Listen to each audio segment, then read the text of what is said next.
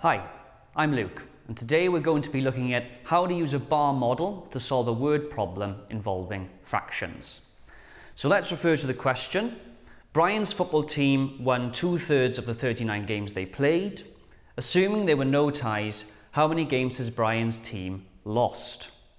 So remember, we can use a bar model to represent our whole.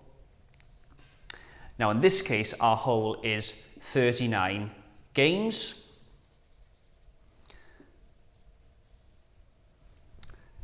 Now, refer back to the question. Brian's football team won 2/3. Ask the pupils, what does this mean for the number of parts that we are working with? They should be able to tell you that we are working with 3 equal parts.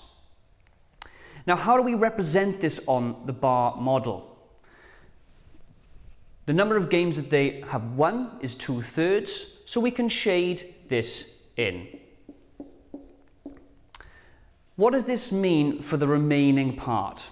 Well, if this is the number of games that have been won, this must be the number of games that are lost. Using the information that they have in front of them, this is the 39 games.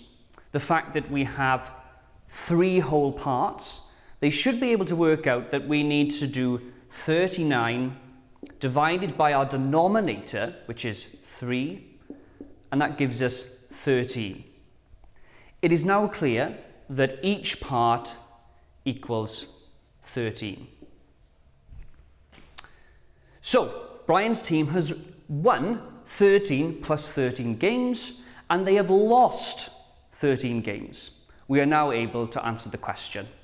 And that is how you use a bar model to solve a word problem involving fractions.